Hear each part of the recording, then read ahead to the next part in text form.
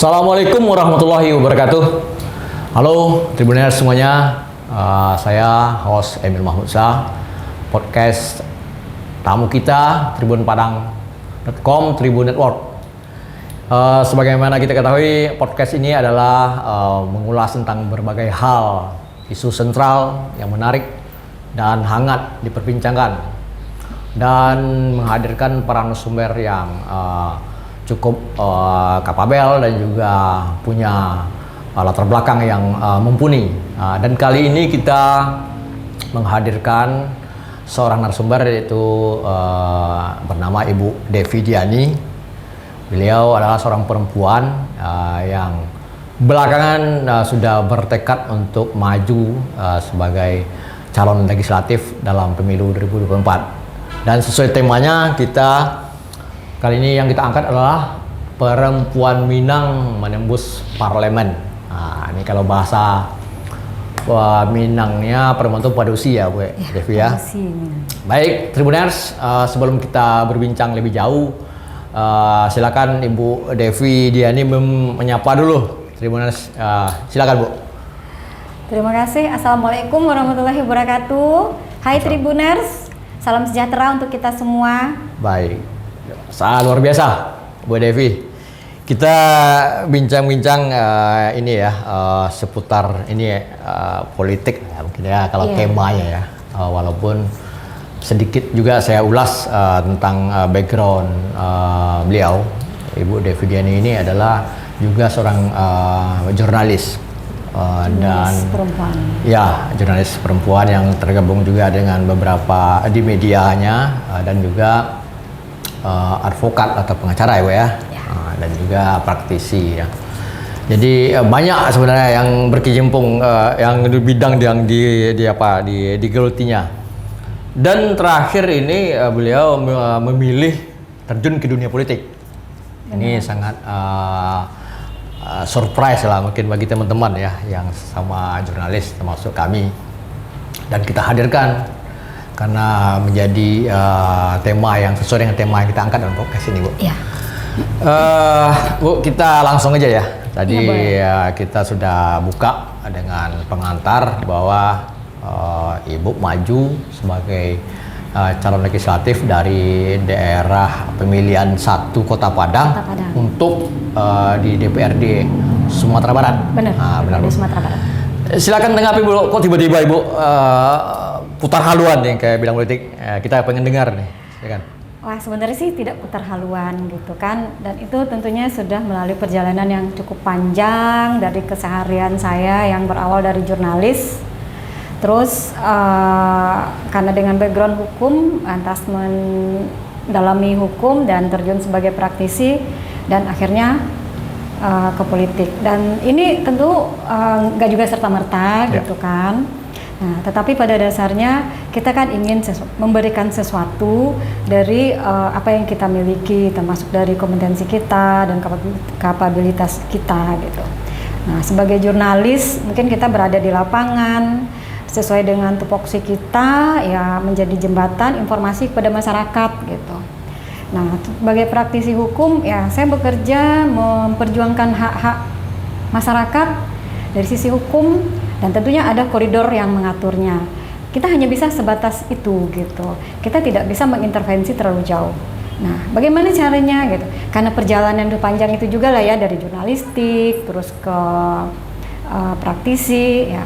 Saya jadi menyadari salah satunya yang bisa kita lakukan ya masuk di lingkup mereka yang punya kewenangan tentang itu. Salah satunya adalah di parlemen. Baik. Nah, karena sebagai anggota dewan mereka kan juga punya tugas. Yang pertama itu adalah legislasi, nanti juga anggaran dan juga pengawasan. Nah, itu ada di mereka. Mungkin itulah salah satu gitu yang. Jadi ini sangat kalau bahasa akademiknya sangat teoritis banget ya, alasannya. Tapi itu kan idealnya, Bu Devi. Sementara politik sebagaimana kita ketahui orang awam ya, mungkin orang awam bahwa sangat syarat dengan intrik-intrik dan juga pergulatan di situ. Apakah Ibu Devi sudah siap untuk terjun dalam dunia baru ya bagi Ibu? Ya, insya Allah.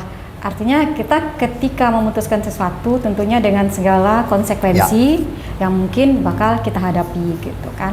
Tapi sebenarnya ketika saya mulai bergabung dan menjadi kader di antara para politisi-politisi itu sepertinya tidak seseram itu juga gitu kan. Cuma mungkin kita diuji di sana ya kapasitas dan kapabilitas kita tadi gitu.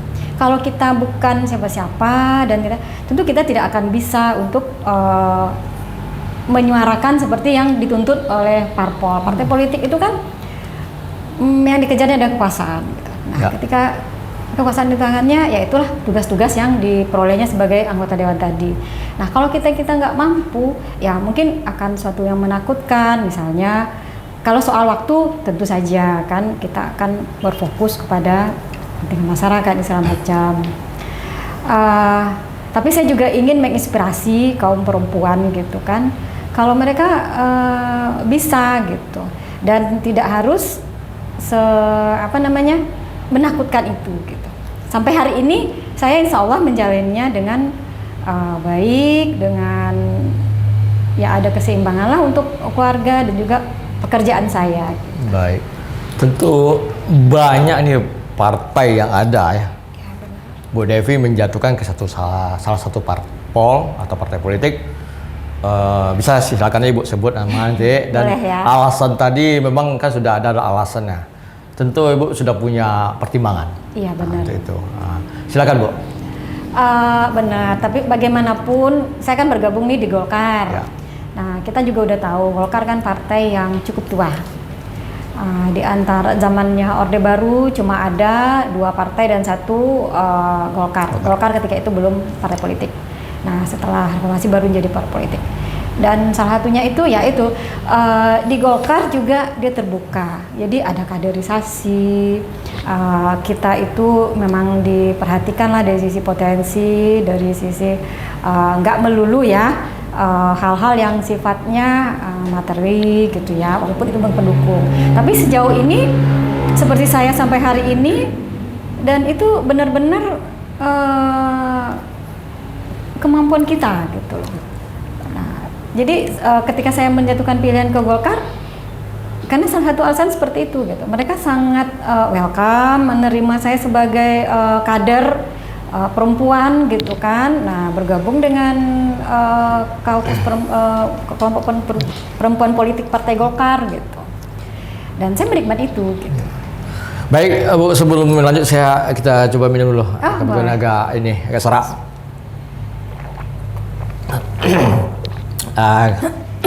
Kita lanjut Bu ya. Ini agak ke belakang sedikit walaupun sudah ada kemarin sekaitan dengan keputusan Mahkamah Konstitusi ya. Sebelum ada keputusan tentang sistem pemilu proporsional terbuka dan tertutup. Ibu Devi sendiri tentu memonitor itu, apalagi dari sisi hukum ya dan juga dengan politik. Ibu sendiri setuju yang mana nih? Kalau seandainya belum ada keputusan?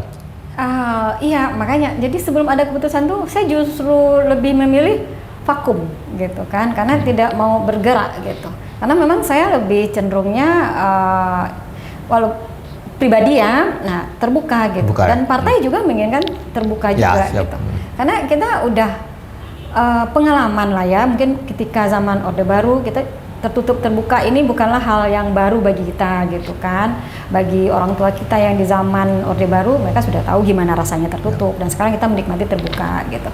Dan itu ya sampai hari ini kita kan pada akhirnya Mahkamah Konstitusi menetapkan terbuka. Gitu. Ya. Iya.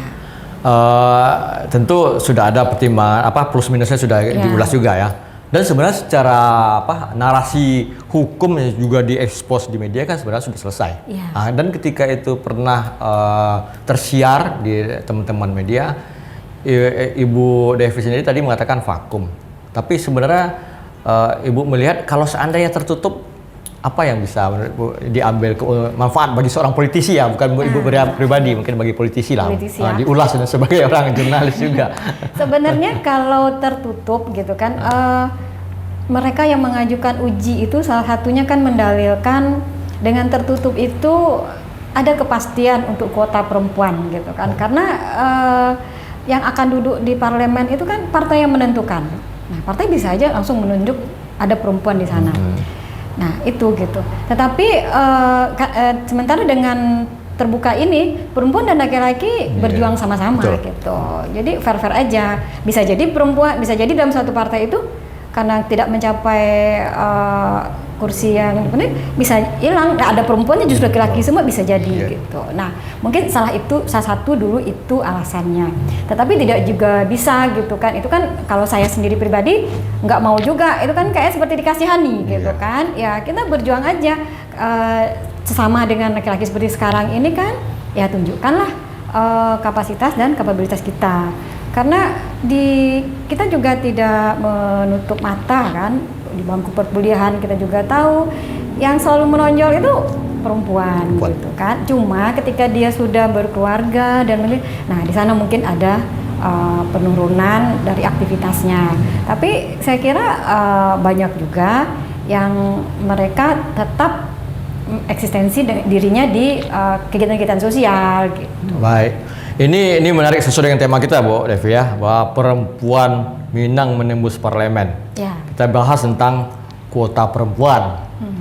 Dan kebetulan dari data-data yang kita punya sampai hasil pemilu lalu, itu kan di parlemen di setingkat DPR RI, representasi perempuan Minang tuh malah yang duduk sangat dominan lah. Contoh ada Ibu Nevi, ada Ibu Atari, ada Ibu Lisda. Reska dari Tambah Reska plus walaupun PAW ya. Tapi itu perempuan itu luar biasa menurut. Itu juga termasuk dalam inspirasi Bu Devi atau menurut Bu Devi, tanggapan Bu Devi gimana peluang kans ke depan ini? Ya, itu dia, bagaimanapun perempuan-perempuan yang udah duluan di parlemen itu pasti menginspirasi saya. Dan terutama Bu Nevi, karena sebagai jurnalis saya juga penulis buku kan. Nah, buku beliau saya yang nulis. Dari sana itu saya menggali gimana apa yang dilakukannya gitu. Dan itu sangat menginspirasi sekali gitu kan. Nah, bagi saya, makanya seperti saya bilang tadi itu, jadi tidak ada yang menakutkan kalau memang kita siap. Cuma yang paling penting perempuan itu mungkin butuh dukungan, terutama keluarganya. Kalau itu udah didapatnya semuanya mensupport, pastilah gitu kan. Tapi ketika ada saja salah satu anggota keluarga yang tidak mensupport, biasanya perempuan kan cepat ya, makanya ya udahlah, pasrah gitu kan. Nah, jadi saya kira seperti itu. Jadi kalau dikaitkan dengan kultur kita di Minang tidak kontraproduktif dong dengan terjunnya perempuan Minang atau produksi Minang ke politik? Tidak gitu kan. Karena sampai sejauh ini, toh di zaman dahulu kala perempuan-perempuan Minang juga udah berpolitik, beraktivitas gitu kan. Baik, Bu Devi, berarti sudah terjawab ya yang tentang konteks perbincangan kita nih. Ini agak bergeser sedikit, ini ya dengan isu yang agak lebih panas, ini lebih sentral ya. Ini sekaitan dengan kondisi konstelasi politik nasional. Nah, ini sebelum pemilihan presiden yang didahului oleh pemilihan legislatif ya, pileg ya. Tapi sudah keburu hangatnya yang pilpres. Gimana menurut Bu Devi? Apakah sekarang masih taraf-taraf wajar atau sudah mulai bergejolak nih?